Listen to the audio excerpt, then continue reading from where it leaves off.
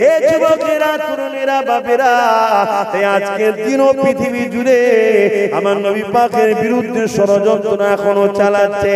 একদল দাড়িওয়ালা টুপিওয়ালা দিয়ে আমার নবী পাকের শান মর্যাদাকে ছোট করতে চাইছে, আমার নবী পাককে আমাদের মতো মানুষ বলতে চাইছে, আমার নবী পাককে মরে গেছে বলতে লাগছে, আমার নবী পাকের মিলাদুন নবী করা যাবে না বলতে লেগেছে, আমার নবী পাকের মিলাদের দিনটাকে ঈদ বলা যাবে না বলতে লেগেছে, আমার নবী পাকের আগমনের দিনটাকে সব থেকে বড় ঈদ, এই ঈদটাও বলা যাবে না বলতে লেগেছে, আমার নবী পাককে সাধারণ মানুষের সঙ্গে তুলনা করছে, আমার নবী পাকের জ্ঞান এলেম নিয়ে চর্চা করতে লেগেছে।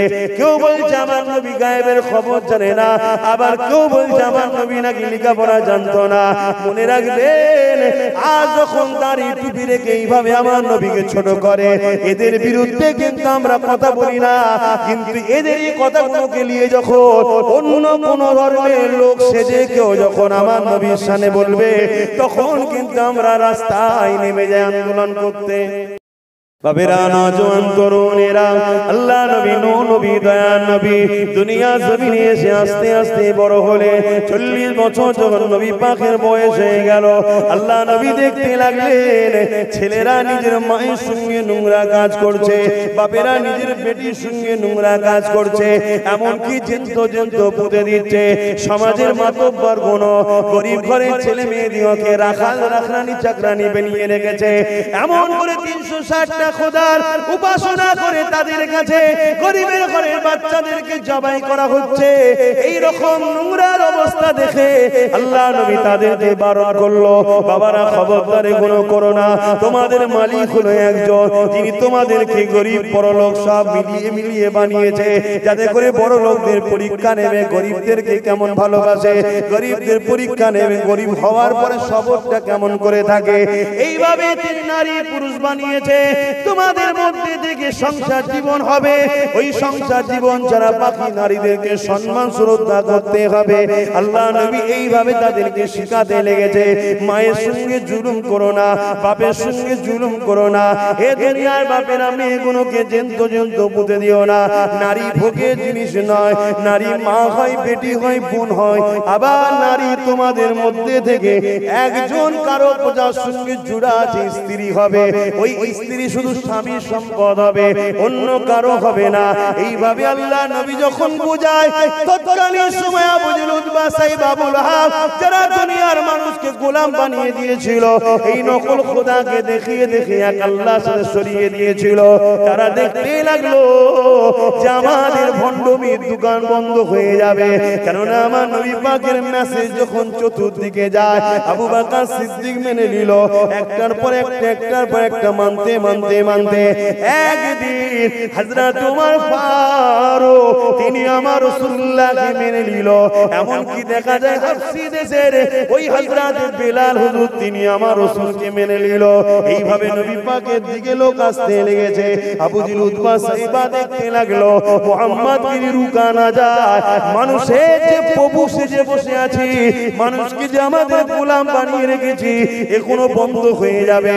আমাদের ধোঁকা দিবা, ভণ্ডমি করা, ধর্মের দিক দেওয়া, ধর্মের দোহাই দিয়ে যে দোকানদারি চালাচ্ছে, এগুলো বন্ধ হয়ে যাবে।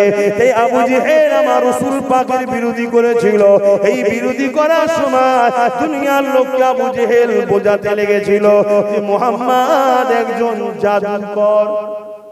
বললেন না নাউজুবিল্লাহ, জাদুকর। তবে আবু জেহেল যত বড় কথা বলেছে, তার থেকে বড় কথা আজকের কিছু ধর্ম ব্যবসায়ীরা বলছে। ওদের দোকান বন্ধ হয়ে যাচ্ছে। দোকান বোঝেন না, এই কথা বুঝছেন না, বোঝেন না।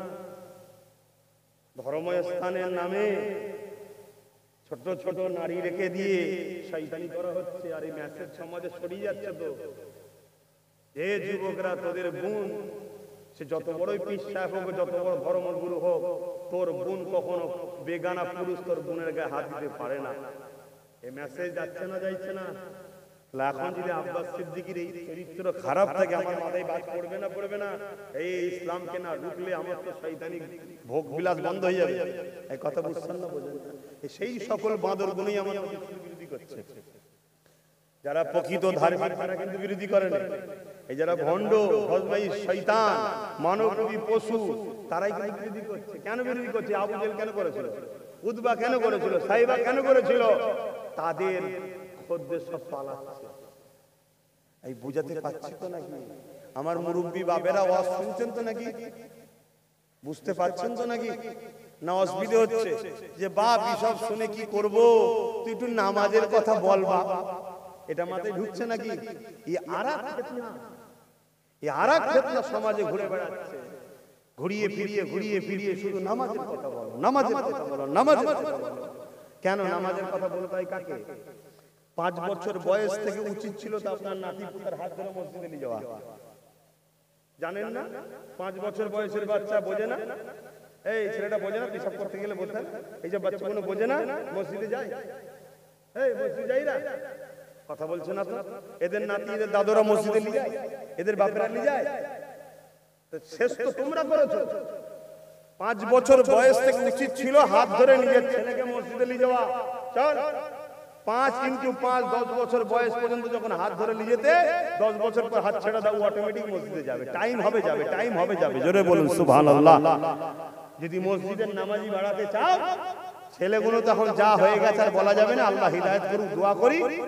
তোমরা কমসে কম যারা যাও, নাতি দাদু যারা আছো, নানা দাদু, ওই নাতি পুতাগুলোর হাত ধরে মসজিদে নিয়ে যাও, তবে মসজিদে নামাজি বাড়বে।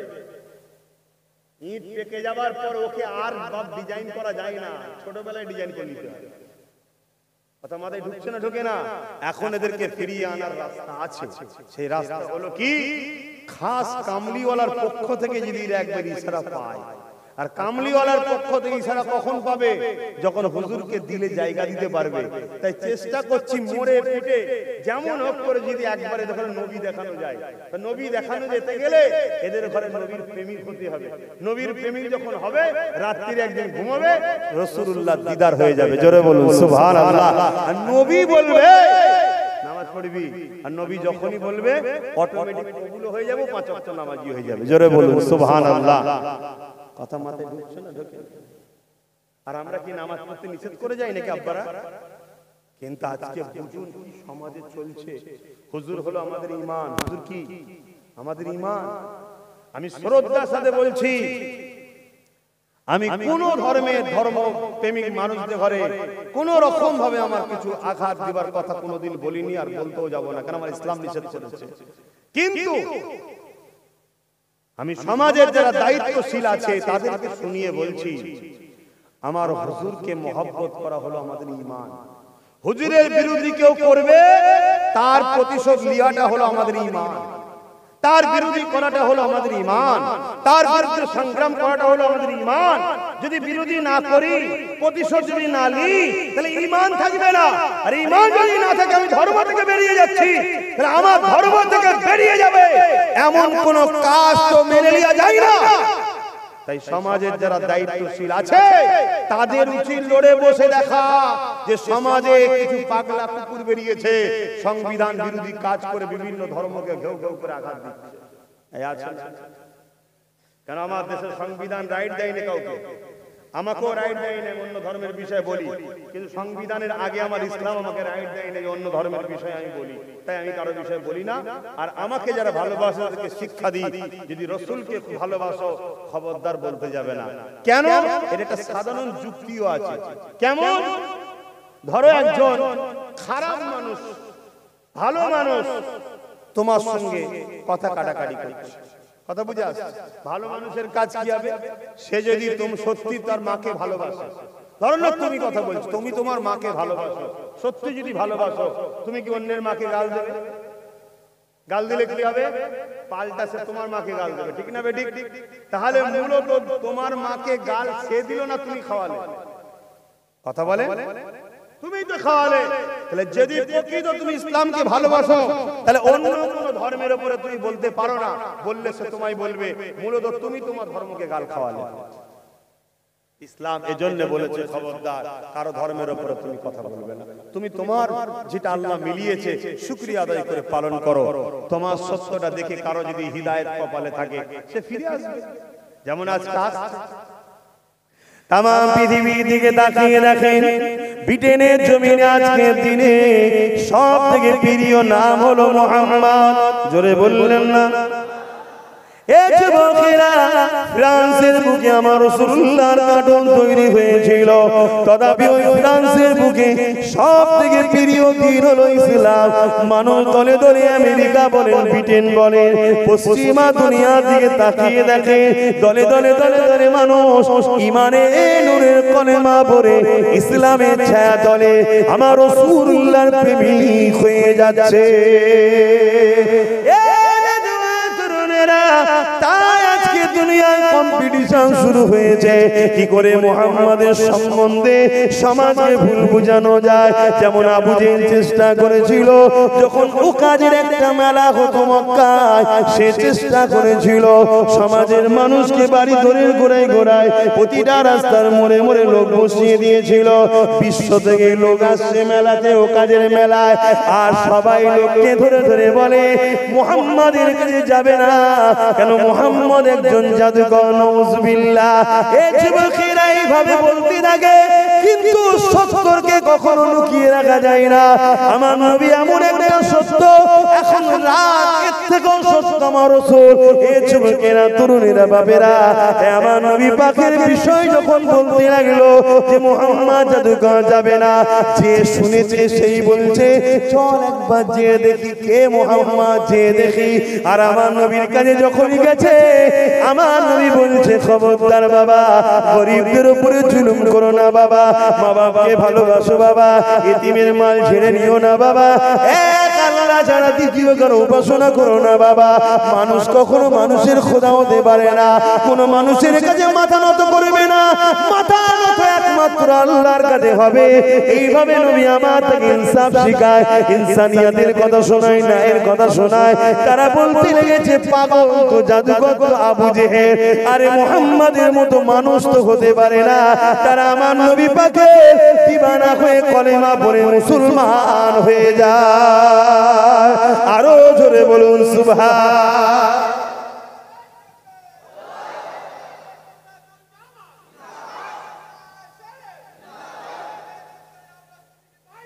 ভাইরা মা, আজকেও আবু জেহেল আছে না?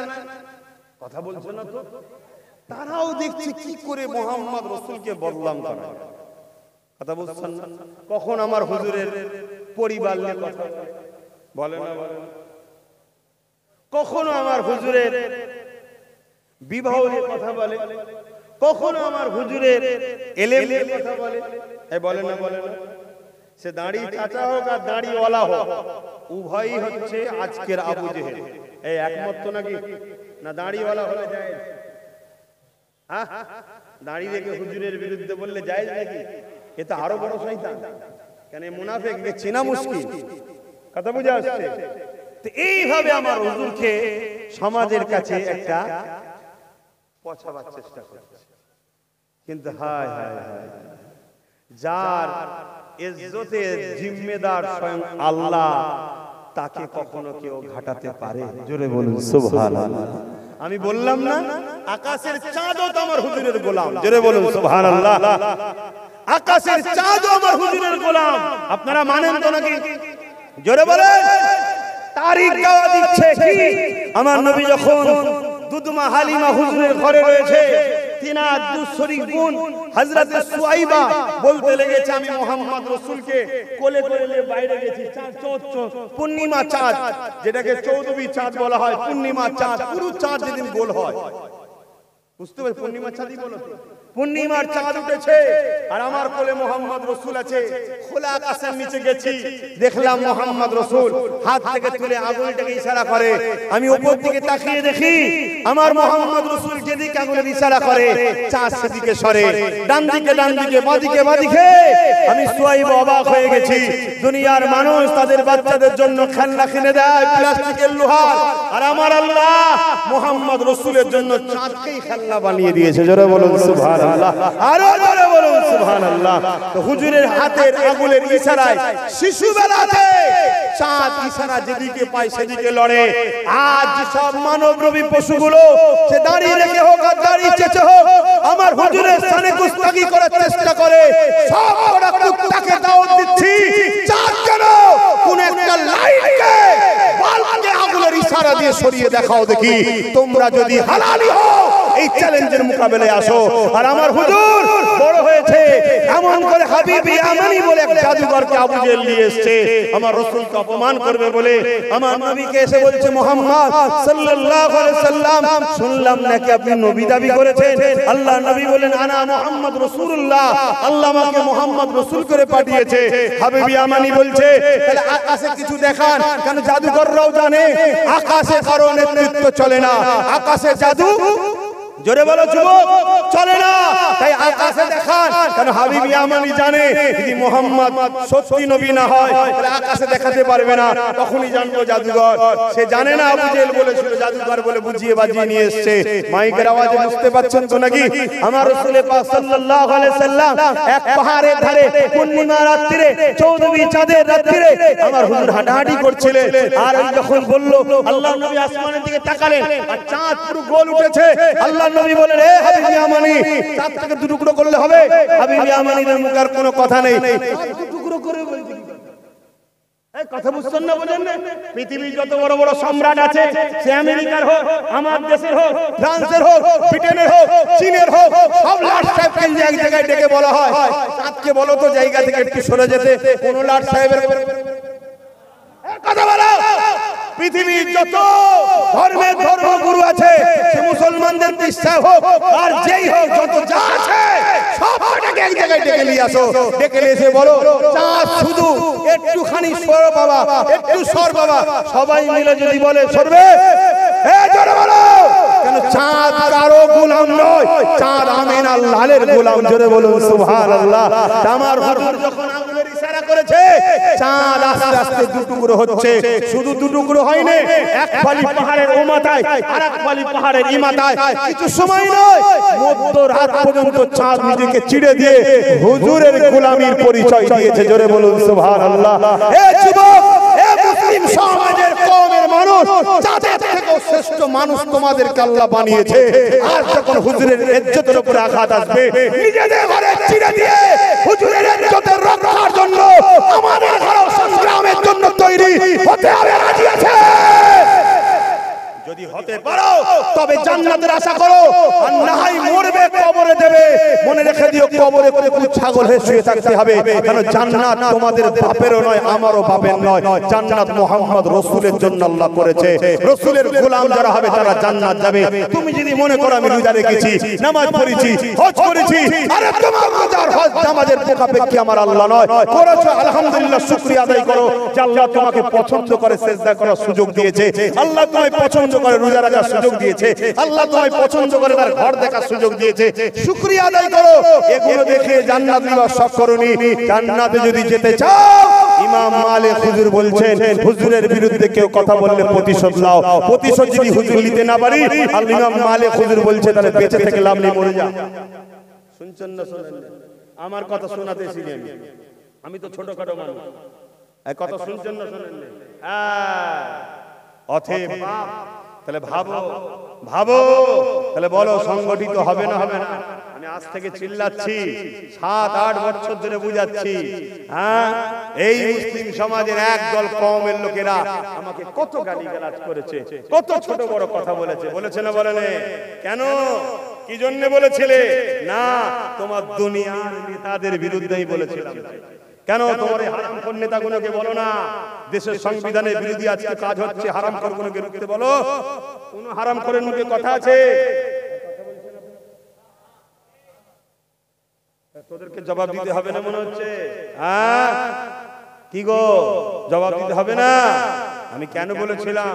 একজন মাওলানা শুধু একটা কথা বলেছিল, যারা আমার হুজুরের সামনে কথা বলে, বিয়াদবি করে, তারা আজকের তাকে আজকে ধরে লিজে ভরে রেখে দিয়েছে।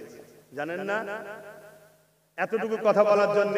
আর আজকে কতগুলো কুকুর ঘেউ ঘেউ করছে হুজুরের স্থানে, কোনো অ্যারেস্ট করা হচ্ছে, কোন রকম আইনত ব্যবস্থা করা হচ্ছে। কেন করা হয়নি? কেন মৌলানা সাহেবের পক্ষে তো সরকার নাই, কেন সরকার তো এই কুকুর দেয়। কথা মাথায় ঢুকছে না ঢুকে? আর এই রাইট তো বলছো ঢোকো না কবরে। এই ঘরে এদের ঘরে সব কামিয়াবি করেছে কারা? আমার নবীর উম্মতদের অবদান আছে না? না। ওরে বাবা, মুসলমানদের তো বেশি আবার লাপালাপি। কবরে ঢোকো। আমি আবার বলে যাচ্ছি, এখনো সময় আছে, তওবা করে নাও, তওবা করে নাও, তওবা করে নাও। তুমি আজকে কোথায় যাবে? কোন থানায় যে দরখাস্ত দেবে? কোন কোর্টে যে তুমি দরজা লড়াবে? যেখানেই যাবে তোমার কেউ নেই, তোমার কেউ নেই। তাহলে আমি বলেছিলাম পাওয়ার করতে, কেন? পাওয়ার থাকলে তুমি ব্যবস্থা করতে পারবে। আজকে জবাব দিতে হবে তোমাকে। তোমাকে আল্লাহটা পাওয়ার দিয়েছিল, এই পাওয়ারটা কোথায় ইউজ করলি? জিজ্ঞেস করবে না আল্লাহ? জিজ্ঞেস করবে না? হ্যাঁ, আমি জানি আমার ওয়াজ শুনে আবার সমাজের কিছু মুনাফিক মুসলমানদের কষ্ট হবে। আমার ওয়াজ শোনার পরে আমি জানি আবার কিছু আবু জেহেলের চালাদের কষ্ট হবে। আমি জানি আমার ক্ষতি করার চেষ্টা তার আগেও করেছে, আজও করছে, কালও করবে। আরে বোকা, শুনে রেখে দে, মৃত্যু প্রত্যেকের হবে, হবে, হবে, হবে। হুজুরের জন্য যে মরবে, মরার আগে জান্নাত দেখবে। জোরে বলুন সুবহানাল্লাহ। কথা ক্লিয়ার? এবারে কান নসিবে জান্নাত, কান নসিবে জাহান্নাম, সে তো দুনিয়াতেই তো বুঝে যাচ্ছে, দুনিয়াতেই তো বুঝে যাচ্ছে আলামত।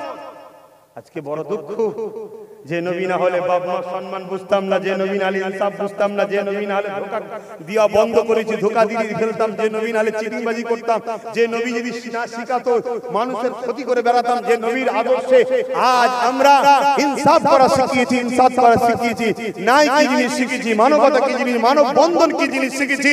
হতে পারে সে কোন ধর্মের জানি না, কিন্তু কোন ধর্মের মা বোন বেটি বাপ ভাই কোনো বিপদে পড়লে তার পাশে দাঁড়ায়, লক্ষ লক্ষ টাকা খরচ করে অন্য ধর্মের গরিবদের টাকা ত্রাণ থেকে শুরু করে পড়াশোনা থেকে শুরু করে সহযোগিতা করছি, আজও করছি।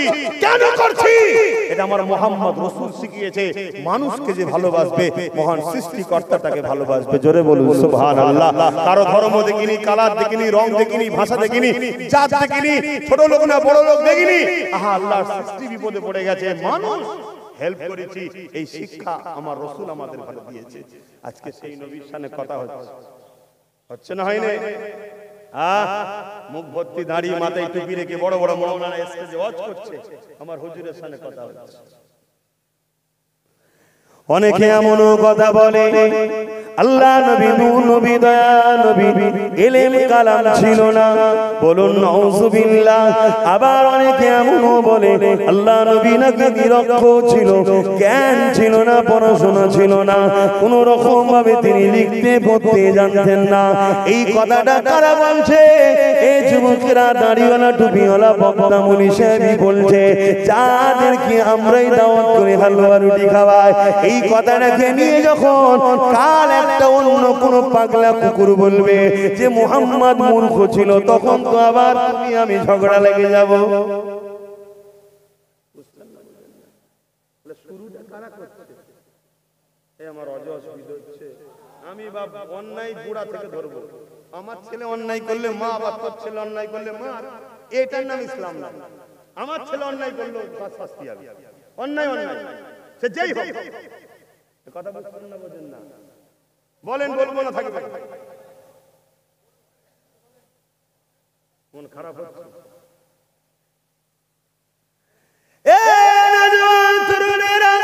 আল্লাহ নবী পাককে জানিয়ে দিয়েছে, হাবিব আমি আল্লাহ আপনাকে শিখিয়েছি, আপনি যা জানতেন না আমি আল্লাহ আপনাকে সব কিছু জানিয়ে দিয়েছি, শিখিয়ে দিয়েছি। এটা সত্য কথা। দুনিয়ার কোন মানুষের কাছে আমার নবী লেখাপড়া শেখেনি, কেননা দুনিয়ার কোন মা এমন বাচ্চা জন্ম দেয়নি যে আল্লাহ নবীকে পড়াবে, লিখাবে, শিখাবে।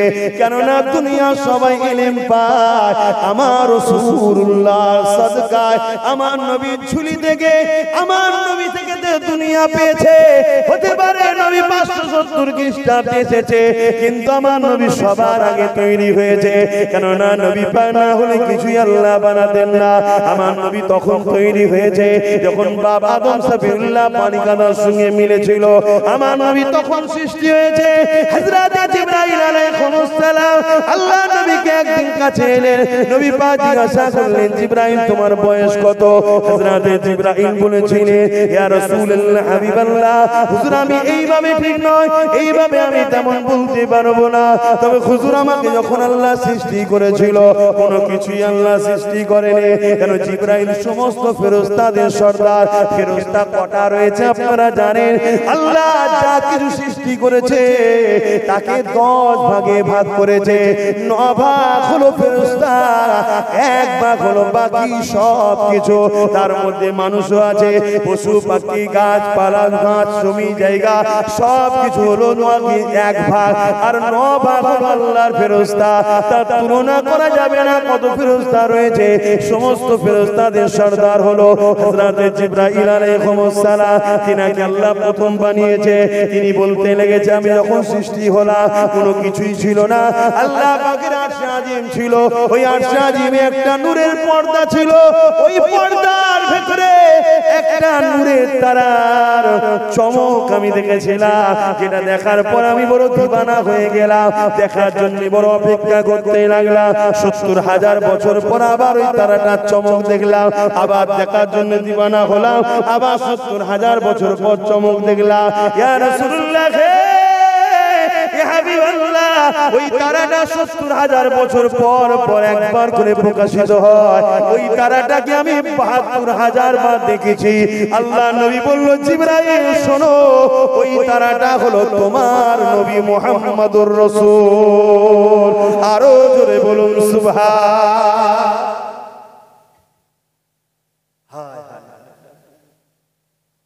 আল্লাহ আমাদেরকে সুযোগ দিচ্ছে, আল্লাহ আমাদেরকে গুনাহ মাফের সুযোগ দিচ্ছে। কিরকম?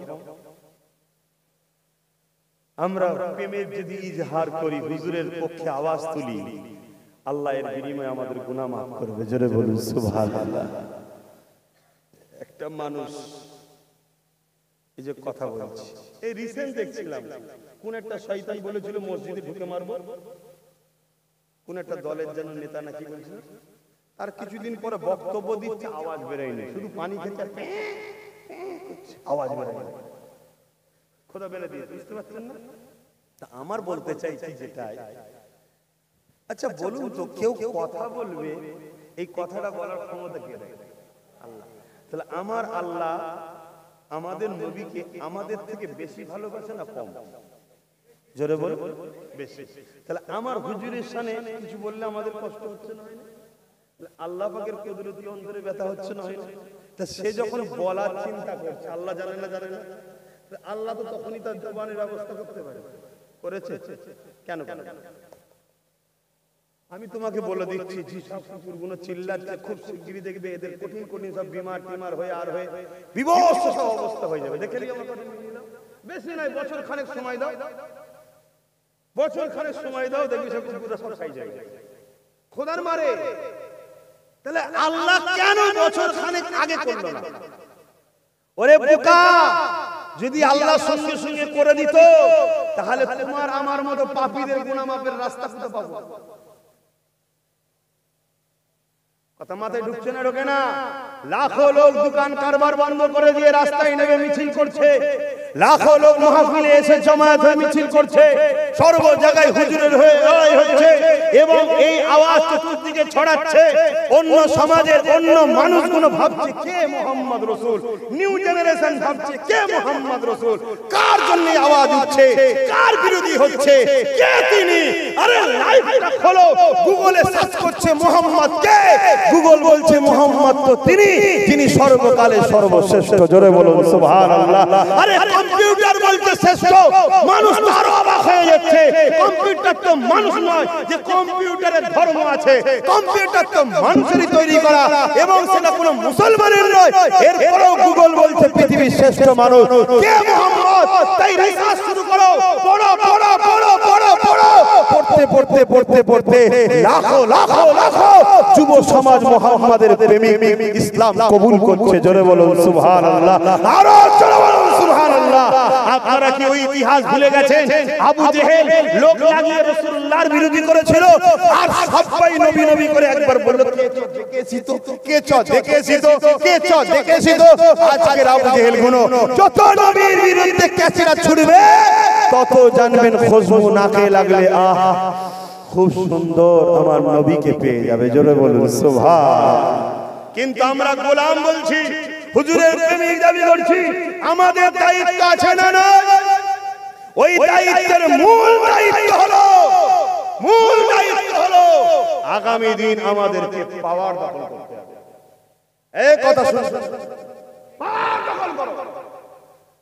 পাগলা চোর ছাগল ক্ষমতা বসিয়ে দিয়ে হই হই করছো, কথা মাথায় ঢুকছে না? ঢোকে না?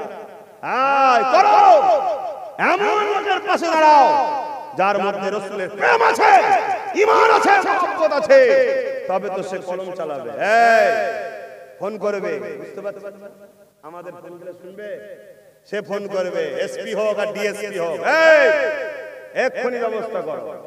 কথা বুঝাচ্ছে না? না, সমাজ শান্ত থাকবে, যে যার কাজে থাকবে, অচ্ছ পাগলা জব্দ হয়ে যাবে। এই আমার কথা বুঝছেন না? বুঝেন না? হ্যাঁ, আব্বাস সিদ্দিকী হুজুরের ছেলে কেন বলবে এসব কথা?